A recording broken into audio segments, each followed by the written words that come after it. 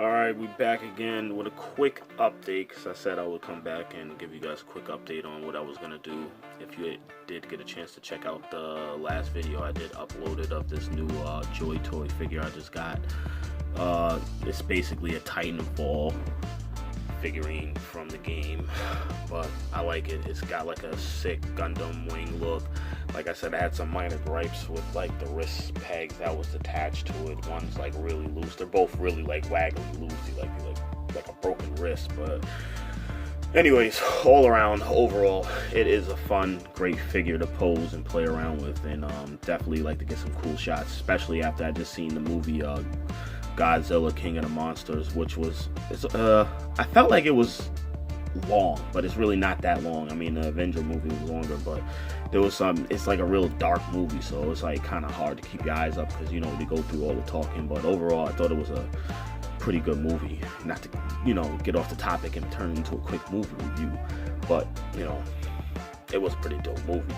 But real quick, not to mention, I do know that they are making a Godzilla. They already started making figurines from the movie, but I think SH Figure Arts is getting their figure produced to put out there on the market for people to, you know, get their hands on it if you are a big fan of Godzilla or anything like that. So I'm thinking about kind of getting it, depending on what scale. It will kind of look pretty sick if you can get this and that kind of facing off, seeing a robot kind of try to defend Earth against Godzilla or against others, whatever. You know, just thought for cool photos.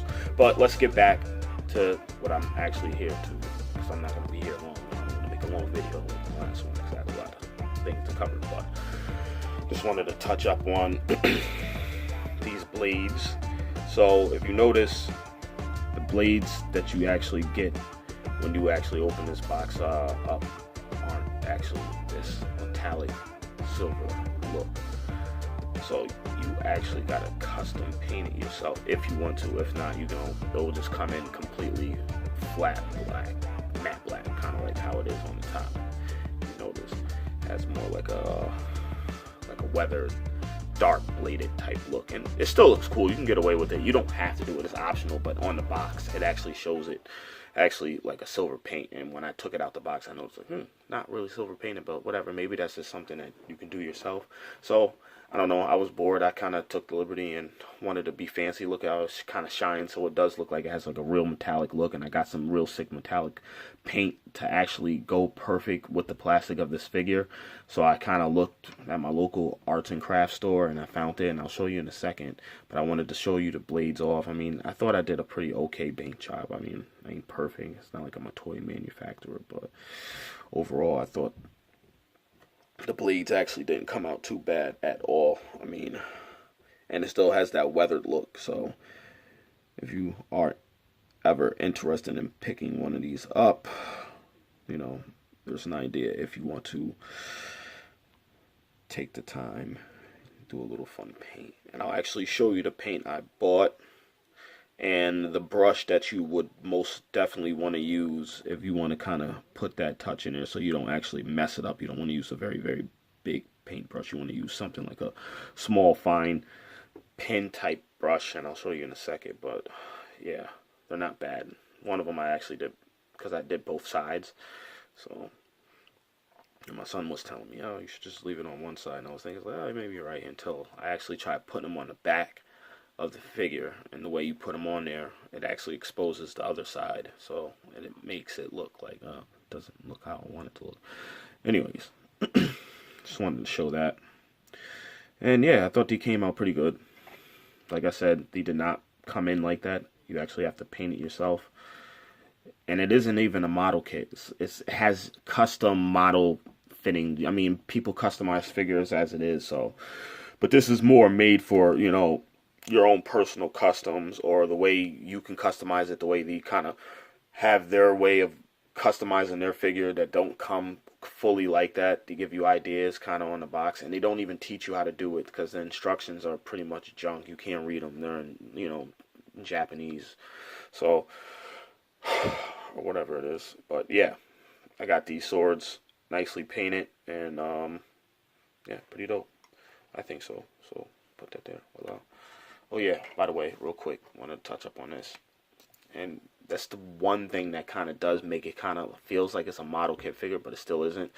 You actually have the option to glue these little pouches onto the figure, the little guy that I have here, and you can peg them in, but they will not stay in, especially the one on the chest. That one kind of had like a weak peg, so you might want to glue that in if you do get one. Same thing with the knife that doesn't pull out, it's just for show. Same thing with the pistol on the side, that's just for show. But actually the pistol, I don't think I glued that in. I think that's just in, that just fits in perfectly. So not all the pieces on the figure you have to glue in, like the book bag gets away with just being pegged in without having to be glued in. It doesn't fall out, you know.